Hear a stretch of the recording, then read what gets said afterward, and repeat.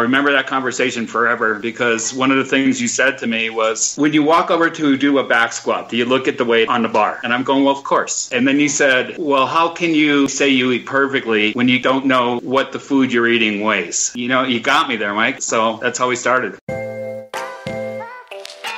Welcome to Stronger You Radio with Mike Dola. Join Mike and friends as they discuss issues to keep you healthy, fit, and on track to create a stronger you. Let's listen in now. Hey, Stronger You family. It's Mike Dola again with another episode of the Stronger You Radio podcast. Today we have a very special guest, someone I was actually honored to have working with us at Stronger You. Multiple times CrossFit Games athlete, Del Lafountain. Del, can you intro yourself and give us a little background on your experience? Yeah. Obviously, my name is Del Lafountain. I'm from South Lake Tahoe, California. I own South Tahoe CrossFit. I've been doing CrossFit. This is my 9th year now. I've been coaching for 8. It's not my full-time job. I actually have another job. But luckily for me, I'm able to keep my actual work schedule down to a couple hours a day, so I get to spend quite a bit of time at the gym. I feel like if you're going to be an athlete and compete in CrossFit, it's a huge advantage to be able to have a schedule like that. Yeah, I would definitely agree with that. I think it's almost to the point where if you can't dedicate that much time to it, it's always going to just be like a recreational thing. Yeah, I mean, if you're going to be a competitor, it takes a lot of time, Mike. It's a grind. It's a long season, and you do need to put in the hours. So how many times have you been to the games now? 3 times. I had a pretty good run, 2013, 14, and 15. The last 2 years I've been injured. This year I'm kind of on the fence. I still haven't signed up. I've got a couple little things, a major one being a pretty bad case of plantar fasciitis right now. Yeah. I'm kind of leaning toward I'm going to do it, but we'll see. Hopefully the double unders don't show up to like week 3 or 4. Right. And I know sometimes they come up pretty quick. Is that right? Or am I mistaking? Yeah. I mean, one I'm thinking of right off the top of my head is 12.1 and I think 14.1. We had double unders the first week. So we'll see what happens. Yeah. So a little background in how we met, because I'm not even sure. Like, I saw your name circulating around, and I'm pretty, around the CrossFit community as an ex-affiliate owner, and a lot of our members are CrossFitters. How did you even find us? I don't even remember how that all went down. It's a pretty good story. I actually thought that I had like the perfect diet. I've always competed at 203. 204 pounds. And I just thought that was my weight. I could see abs. The foods that I ate were quality foods. And I just always thought I had a perfect diet. And one of the girls from my gym, Melanie Turner, somehow had started Stronger You. And she kept telling me I needed to do this. And I kept telling her that I ate perfectly. I don't need to do this. And she just asked me one time, she goes, just make the phone call, talk to Mike. Just listen to him. So I decided, okay, you know what? I reached out to you and we had a conversation. And I'll remember that conversation forever because one of the things you said to me was, when you walk over to do a back squat, do you look at the weight on the bar? And I'm going, well, of course. And then you said, well, how can you actually say you eat perfectly when you don't know what the food you're eating weighs? And I'm right. Like, you got me there, Mike, right? So that's how we started. I'm a killer salesman. What can I say? No. Yeah. And that's probably one of the best things. Literally, that's done as much for me this year as anything else. I train a lot, but that diet aspect has really helped me out. Yeah, I love it, man. Thank you for joining up. I know Anthony Bainbridge, your coach, is crushing it with you. Those pictures I saw and all the feedback, it's crazy, man. I'm glad I got to meet you when we were in NorCal, too. That was awesome. Yeah, that was fun. That was a great event. So I have to ask, even though you think you had the perfect diet, do you have like a favorite food? Like, what's your go-to food? I think I have an idea. Yeah, I think you do too. I am a Halo Top fanatic. I know there's a lot of controversy on your Facebook page about the best ice cream, but for me, it's Halo Top. But with that said, it has to be done right. I think I've got the formula. Seeing I've had one for about 150 straight nights. You have to microwave it for 47 seconds. That's the magic number. It's got to be creamy, and you've got to put granola in it, and it has to be topped with a banana. It is true because, like, I took it out of the freezer, and I'm not like a big ice cream guy, so I can't tell you if it's bad ice cream or good ice cream. All I know is it's macro-friendly ice cream, but it is really hard, so you can't just go jump into it. You can't. That's what happens with a lot of people. They can't wait. They open up the container and they got to eat it. But and nobody wants to wait 20 minutes after they open it for it to thaw. 47 seconds is the number, you guys. That's so funny. Yeah. Yeah, but we won't go too much into Halo Top. I know people either hate it or love it. I'm indifferent. I don't really mind. But let's get back, since you are so experienced in the CrossFit games and training, and you own your own facility, and I'm sure you've helped hundreds and maybe even thousands of athletes at this point. What are some tips you have for the Open coming up? Because that's in, a couple weeks now, right? Actually, the workout will come out next Thursday night on California time. That's 5 p.m. Yeah. Most people will be doing it next Friday. So let's start with there. Okay, so you're going to do the workout. I know most gyms will have Friday Night Lights, or they'll run it as a class for Friday. So, the first question that comes up that I hear a lot is, should I do the Open workout once or should I do the Open workout twice? Right. I know that's controversial. Because a lot of people are going like, well, you shouldn't get redos. If you hit a golf shot, you don't get a mulligan in real golf. So there's a lot of controversy as to how many times you should do it. And I think that if you're a recreational CrossFitter and you're doing the Open for the first or second time and you're doing it scaled and you're just there to have fun, I would say do it once. That's a good amount. You had some fun with it. Let's move on. Get the rest of your training in for the rest of the week and not stress it. Just think about it as fun. Right. But if you're a competitive athlete and you're trying to get to the age group online qualifier, I would say you absolutely have to do it twice. Right, you can't, it's always that thought of, what if? I could never just do something once and then be like, well, that's good. If you give me another chance at, a test or something, I'm going to do it. Yeah, and they allow for this. People are going, well, that's cheating. Well, no, it's not cheating because you've got 5 days to get this done. Why wouldn't you do it twice? But with that said, it's going to be an experiment on Friday. Everybody has a rep scheme, right? So they look at the workout and they go okay, I could do sets of 10 here and I could do a set of 20 here. And you come up with a plan, and that plan usually doesn't work. I rarely see a plan work unless it's really, really scaled down. So Friday's the day to take those chances, right? Come out there, say 100 wall balls, saying an Open with a set of 50. Well, that's probably not going to work, right? So you have to try it on Friday, see what's going to work, take chances. You're probably going to blow up, but you know what? You're going to know that. So you can come up and develop a better plan and come back Monday and try it a second time. And you'll have a really good idea what's going on. You'll know where you need to rest. You'll know what you need to do, what rep schemes you need to do. And I think that's a good strategy. Yeah, but I'm saying that's for competitors, right? If you're trying to get to the next level.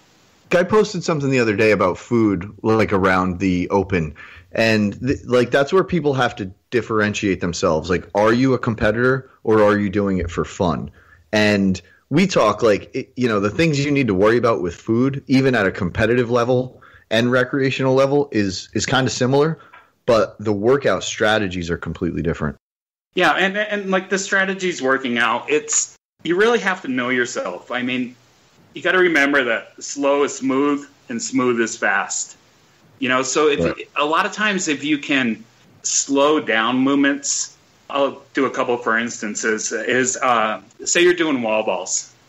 If you have 100 wall balls to do, if you could do the exact same movement 100 times, you're going to be way better off. The wall balls tend to get bad is when your form starts going and you're not hitting the wall at the same spot or hitting your target in the same spot, and it's coming down at weird angles and you're adjusting your movement all the time. If you could just get it to where you're doing small sets and doing the exact same movement 100 straight times, it's going to be efficient and that's going to save energy. So if you can break these down into smaller sets and just continually do good movements, it's going to help you a lot. I'm doing a lot of wall balls and I feel like I'm getting tired. I'll actually throw the wall ball, catch it, bring it back to my chest, take a full breath before I squat again.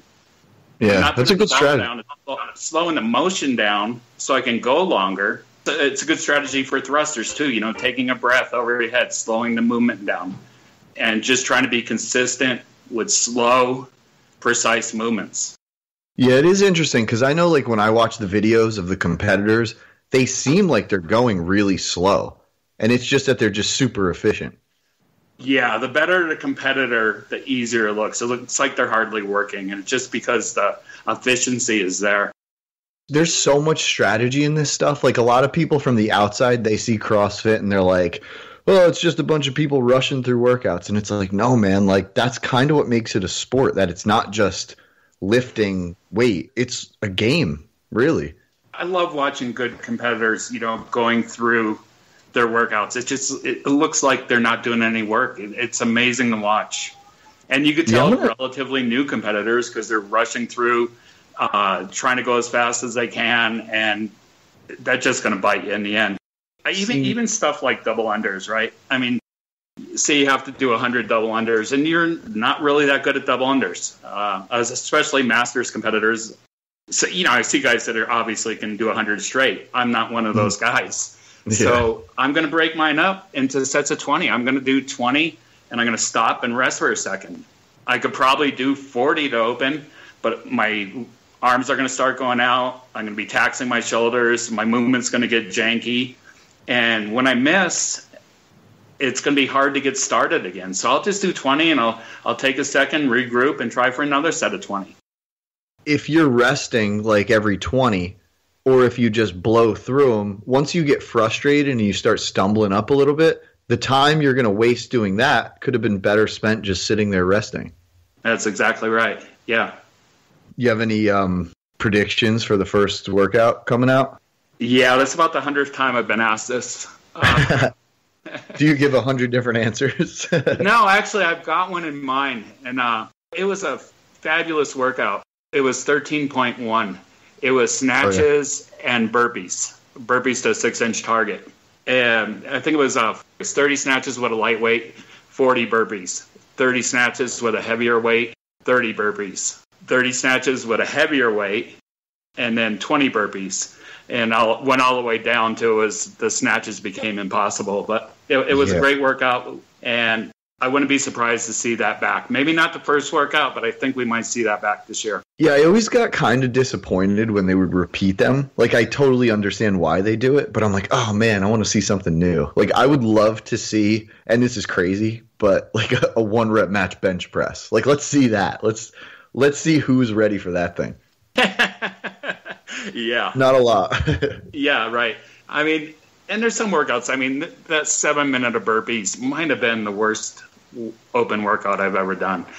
Nobody wants to see that come back. That was just miserable. But with that said, who knows? That could come back. Was that in 2012, that one? Or was that 11? Yeah, that was 20. Yeah, and I'll remember it well because I just started with my coach at that time, and he was a firm believer in one workout and done. And I did that workout once. I think I got 105 burpees. Ended up, when it was all said and done, if I would have got 106 burpees, I would have gone to the games that year. Oh, my God. That's so close, right? I didn't redo that workout. And I did that workout at 6 a.m. It was a snowstorm. It was freezing cold. I wasn't moving well. And, I'll remember that one for a long time. But yeah, and your Tahoe snowstorms are not like – I mean, New York isn't beautiful weather in the winter, but what you get up there is much different than here. But you guys get the cold, man, and that's no joke. I grew up in Massachusetts. It's actually like 60 degrees here right now. Yeah, well, it's funny. Last year we had 700 inches of snow, and this year I've got lawn going right now. So it's pretty crazy. Yeah. It's unpredictable. It's like CrossFit. Exactly. So what do you think of, like, how can someone know if they're kind of ready to be a competitive athlete? I think, like, a lot of people try to do it, but is there, like, an indication that you're ready for, regionals, games, stuff like that? First, let me start by saying I think anybody is capable of actually getting to the next level, whether that be the online qualifier or to the games. You got to ask yourself the question, can I commit to a full year of doing exactly what it takes to be a games competitor? And that's like, can I fit into my schedule 3 hours a day, 5 days a week? That's just the working out. Plus, you need a coach. You're going to have to find yourself a coach, preferably a personal coach. I know there's some great programs out there like Hump Train.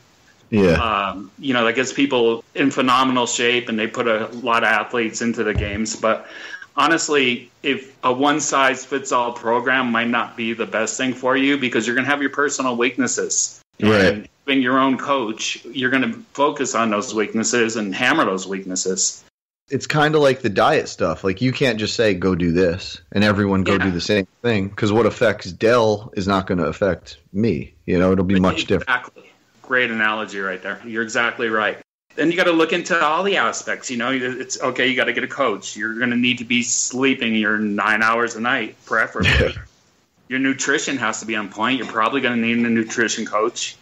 You're going to need to do that hour of mobility every day. It's a grind. It's a lot of work, especially if you're going to try to do this 2 years in a row. Going back to back is like one of the toughest. Even the third year, when I went to third year, I was so burnt out. I was hurt the next year, but I was kind of like, you know what? I don't know if I could have held on for another year and, possibly have made it. It's a commitment. And you've got to deal with injuries. If you're a Masters competitor, you're going to be hurt. It's simple as that. You're going to have injuries, and you're going to have to work around those injuries, deal with them, be getting body work, be seeing physical therapists. It's a huge commitment.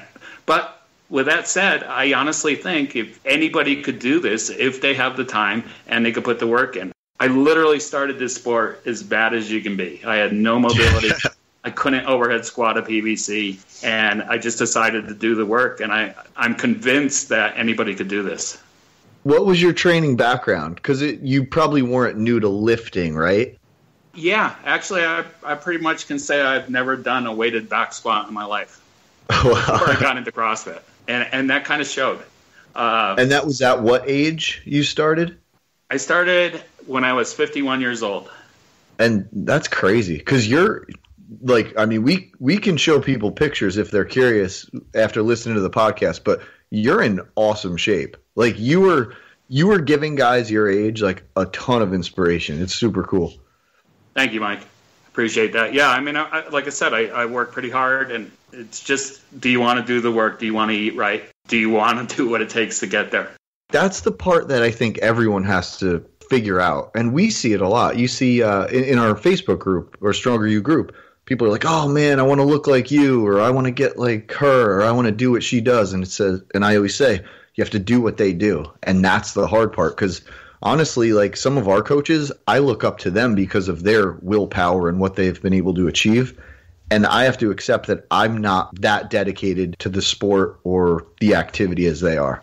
Yeah. And Mike, I know how hard you work. So for you, with the hours that you put in doing your job, it'd be nearly impossible for you to really make the commitment to try to do this.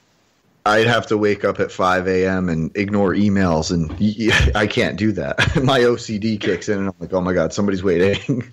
Yeah. Yeah, Alessi and I probably do like an hour and a half, 4 or 5 days a week. I could do a good amount, but I can't do like next level stuff. It's still a lot of work. Just showing up and working out an hour and a half a day is still a lot of work, and it keeps it fun. Because I can honestly say, just going through a whole year working out by myself in the back of the gym, spending 3 hours doing 4 or 5 different workouts in a day, it's not really that much fun. You're not with a group. You're not enjoying yourself. It's like what you have to do. Just working out with friends for an hour and a half a day is obviously way more fun. And that's what I miss about CrossFit. Like, growing up playing sports and stuff, like being competitive and trying to like kick everyone's butt and everything, even like beer pong. CrossFit had that like sense of like, oh, I want to kick that guy's butt. I still like him, but I want to kick his butt. Like, just lifting in a gym by yourself or my basement, you don't have that. And that's why, like, when I see so many of our Stronger You members like looking for new workout programs, and I'm like, hey, try CrossFit. Like, you never know. One of the most important things is enjoying what you're doing. And if you don't like lifting in Planet Fitness or whatever, go to a CrossFit gym. You'll find a community and a bunch of friends that'll be into what you're into. for a lot of your members that don't do CrossFit, I think a lot of them, they have that fear of CrossFit. I mean, it's scary. They see videos, they watch the CrossFit games, and they're going like, I don't want to do that. But I don't think they understand, first, the community and the support that you're going to get. Yeah. And it's for everyone. It can be tailored to whoever wants to do it. You know, I've got 60 and 70-year-old people in my gym that were 60 or 70 pounds overweight, you know, coming in, and literally I've watched them change their lives. I mean, they couldn't squat more than maybe an inch without rolling onto their toes, and now they're moving well. I mean, probably added 10 years to their lives, and they feel fantastic, and they have a great time with the community. Yeah, that's the coolest part, man, seeing someone from, like, the ground and building them up. Yeah, for sure. It's rewarding, too. So let's go back a little bit to your games experience. Do you want to talk a little bit, like, do you have a favorite moment from the games, any situations that you want to talk about, something that you can share? Yeah, absolutely. I got a couple favorite moments, and I'm going to go through both of them. I actually won a games workout before, and obviously it's a great feeling when you get done with a workout and you jump up onto the platform, look behind you, and there's everybody still working, and you're done. It was one of the best feelings I've ever had. Looking at my wife jumping probably 10 feet into the air behind me and watching all the people that came out to watch me, you know, how excited they were. It's an awesome feeling. But I think my second favorite games moment is probably coaching. I love coaching. You know, I've got a pretty big programming page, and I coach quite a few people. I had Billy Goodson for a couple of years. A lot of people know Billy. Yep, I know Billy.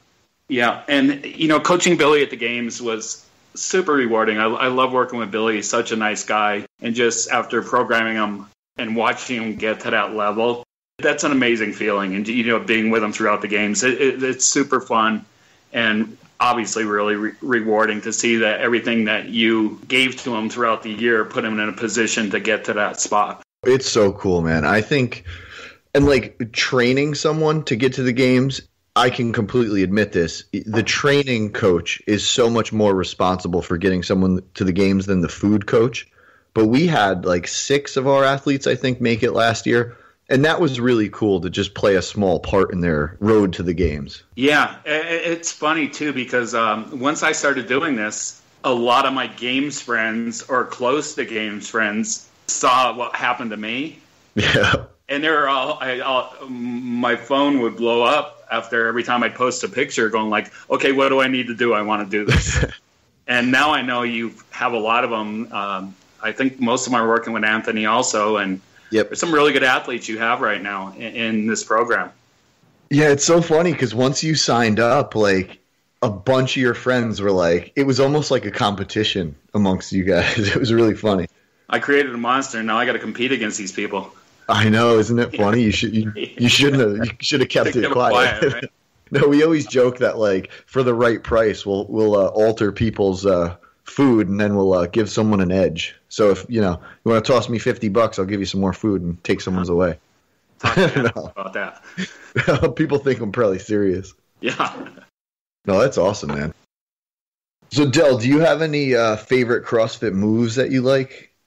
You know, it's funny. I used to be, when I first started, I had a pretty good motor. I had a background in adventure racing, triathlons, and I live at altitude. So I'm able to move fast. You know, anything that we had to breathe hard, I excelled at. But I was extremely weak. I remember in 2011, I think we had to do a 165-pound squat clean to overhead. Mm-hmm. And at the time, my PR was 145. And I remember how frustrated I was. And I ended up getting 1 squat clean. That was my score for that workout. And I got really frustrated. So I said, okay, I have to gain some weight. I have to get stronger. And I literally just focused on powerlifting, stronger, everything. And I got to the point where I actually became one of the stronger guys in my age group. And I didn't really slow down that much, but I definitely was strong. But I sacrificed heavily, like when we had to do a lot of pull-ups, because I was carrying a lot of weight. Now that I've got into Stronger You and I've dropped 20 pounds, I've turned into a gymnastics guy. I don't know what happened. All of a sudden, like I'm a ninja. I feel like I've definitely sacrificed a little bit of strength, but my gymnastic skills now are amazing. I used to do one muscle up and drop and one muscle up and drop. Now I'm doing like 7 or 8 muscle ups just because of the weight. I mean, you're 20 pounds lighter. It just become way easier. So I would it's like taking a weight vest off. Yeah, handstand push-ups are unbelievably easy, right? Everything seems so much easier lighter. So I would say favorite move would be anything gymnastics right now. Oh, that's awesome. Yeah. Yeah, I got to get better at that stuff. I like it, and I'm probably more of the size to be good at that stuff, more so than like throwing up huge weight. And I don't care as much as I used to. Like I used to just want to be really strong. And then I'm like, I probably have a couple injuries on the road to strength, and it's not something I really care about that much anymore. It's funny because one of these guys I really admire, and he's one of my best friends. His name is David Hibbensteel. I'm sure probably a lot of the listeners know who he is, but he's won a lot of games in the 60-year-old division the last 2 years. We started together as our first games in 2013. And he's a small guy. Like I'm guessing Dave has to be about 160 pounds. Mm-hmm. But the guy is amazingly strong. I mean, I think he might have won the clean and jerk that year, or was really close. And another thing that's amazing about Dave is the guy's been doing this since 2013, gone to every games. He's won a couple times or been top 5 several times. The guy doesn't get hurt. He does everything that's required. He monitors everything. The guy's a machine. And he's a smaller guy. I mean, it's amazing how he gets it done, but he just continues to do it. I was actually talking to someone about this. Someone about how, like, all the top athletes, like, they're the ones that aren't getting hurt. Like, LeBron James isn't getting hurt. Like, the guy's been in the league forever now, and he's just built like a tank. And it's so beneficial because then there's, like, no time off. There's no break in progress.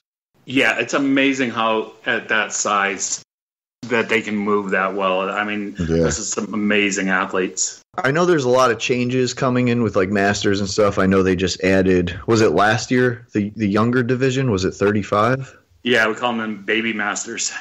Yeah, I'm like in that like range right now, which is kind of crazy because I still feel like I'm like 12 sometimes. Yeah. But what kind of... I'm not sure why they got included. No, I'm just kidding. Do you see like any other changes coming in the future for Masters? I'd like to say yes, but one thing about CrossFit is they're really good at fixing things. They address problems. Every year you go to the games, it gets a little bit better. They get feedback and they listen. There's a lot of people think that the Masters have been kind of a sideshow, and I kind of tend to agree with that. I think for years it was kind of a sideshow, but they seem to be making a concentrated effort to try to make it better, and they're listening more. But it's hard to really say how much. This year will tell a lot. I know last year's games, they kind of scaled down each age group a little bit more, so I like the way that was going.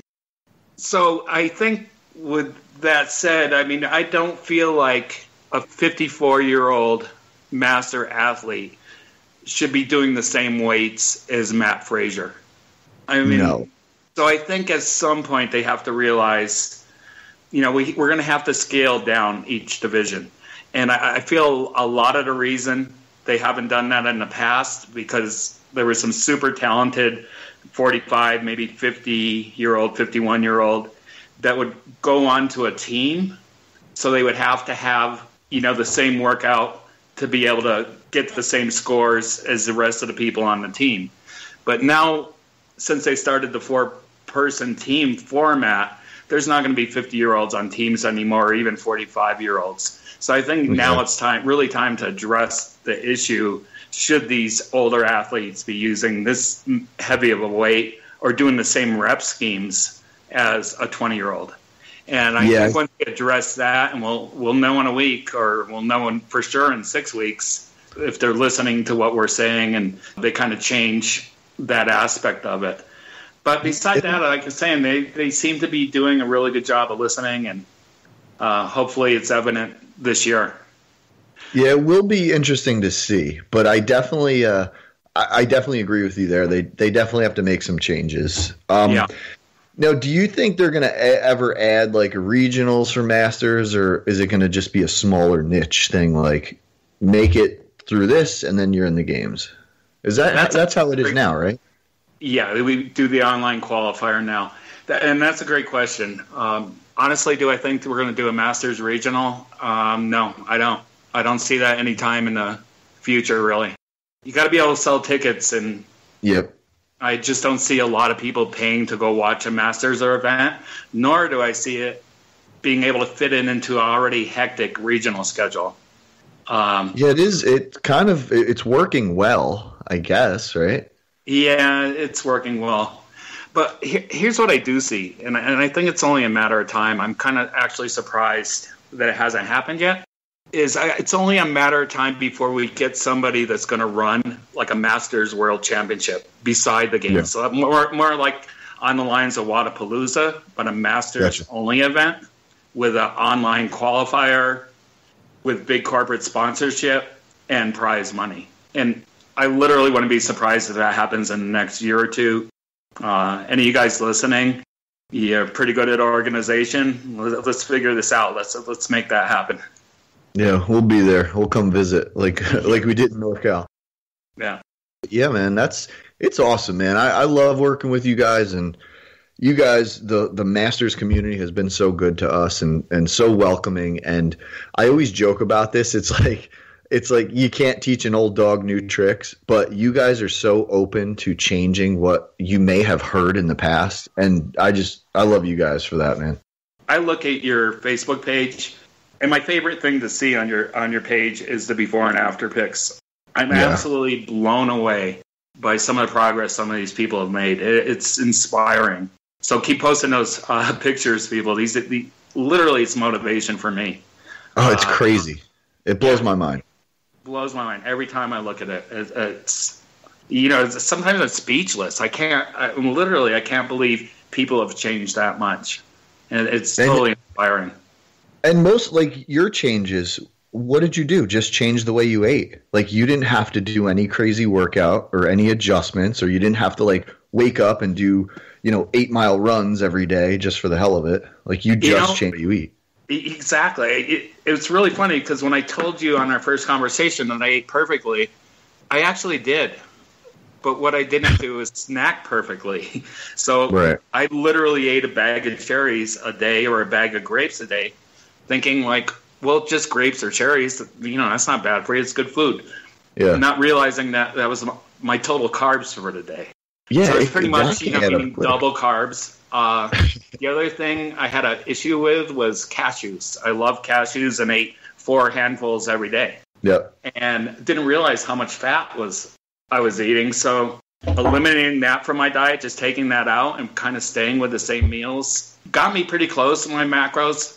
Obviously, I had some adjusting to do, but it worked out really well. I mean, I literally eat what I used to eat, and I'm one of those guys that can eat the same thing every single day and be happy. It makes it easier. Adjust it every month or something, but it works out really well for me. Yeah, and the key there, you said it, you eat the same foods, you just adjust the portions. And that's what we kind of want to do. Like when someone's like, can't you just tell me what to eat? And I'm like, you're not going to want to listen to what I think you should eat. I want you to figure out what you want to eat, and then let's think of some swaps there. And it's usually pretty easy. Yeah. And part of me, too, right now is I've been doing this since I think I started in late May. Mm-hmm. And it was an amazing ride. I just lost the 20 pounds, but then going from 2,100 calories to the 3,300 calories I'm at now. It's awesome. And still losing weight. It was crazy trying to get it to level off. And and now I'm, pretty much I've been a month on the amount of calories I am now. And I literally think that I could do this by myself. I'm going like, well, I don't need a coach anymore. I can do this. I know where I need to be. But you know what? It's not the same, because if I don't have to fill that spreadsheet out every day, I'm not going to hit those numbers. If I don't have to worry about Anthony looking at my numbers every Tuesday, I'm just not going to hit those numbers. So the accountability and having Anthony there for me is huge. It is, and that's like, we like that you can kind of graduate and go off on your own. But if you don't want to, we're here as long as you need us. And if you think that you'll do better with us, you're welcome forever. Yeah, I mean, that's the way I feel. I feel like I'm accountable. I have to report to my coach. It's the same thing with my CrossFit coach. Mm-hmm. I've got to send him my results every week, so I'm doing that workout. I don't want to dog it because I got to send them the results. Right. No, it's awesome, man. But thank you, Del, for being a part of it. Well, thanks for having me. Last question here, yeah. And you may have heard. What do you prefer, dogs or cats? As you've probably heard in the background, I've got a couple dogs, and I also have a couple cats. Oh, so you're kind of 50-50? Or? I'm a 50-50 guy, but you know what? I like my dogs. I would have to say I'm going to go with dogs. They come to me with the gym. They hang out. They sit there and watch me work out. I'm going to have to say dogs. A lot more friendly. Cats are kind of stuck up. Dogs are much more goofy and friendly, and cats are just like, get out of my face, man. Like, you see my post about the cat. It kills me. Yeah, it's funny because my cats think they're dogs. They sleep with the dogs. They lay with the dogs. They give each other baths. It's pretty comical to watch them. I think my cats have adapted to the dog life. They eat the dog food. So yeah. Oh, that's easy. Yeah. All right, Del, so we're going to wrap this thing up. So can you tell our listeners how to get a hold of you if they wanted to get some coaching or talk to you? Absolutely. Thanks for asking that, Mike. First of all, let me say I love looking at videos. I get a lot of videos sent to me or people wanting to improve movements. And I love looking at those videos. It's not work for me. This is what I do. I coach CrossFit, and I love to coach CrossFit. So any of you listening that want to send me videos, you can send that via Facebook Messenger. My name, Del Lafountain. Like me on Facebook. On Instagram, Del Lafountain again. I will be posting some videos on Instagram as the Open gets closer on how to, once they post a workout, I'll put a quick video of what I think a rep scheme should be and how to break things up and a little bit of help there. And Del, that's awesome, man, because I know a lot of this, you just love to do it. And you were like me when I started. I was willing to help anyone that would listen. And it's an awesome thing to have in the community. Yeah, and you're really good about that, Mike. I know for a fact that you do give back and you do try to help people out whenever you can, even if they're not able to afford the cost of hiring you as a coach. I know you still help out, and I really admire that about you as well. Yeah, thank you, Del. So, Stronger You family, we love you guys for listening. Thank you so much for joining us on another episode of the Stronger You Radio podcast. Stronger You Radio is a broadcast wellness production powered by StrongerUFit.com. Content copyright Stronger You. Executive producer Frank Sardella. Thanks for listening to Stronger You Radio. For more information on the podcast, visit StrongerUPodcast.com.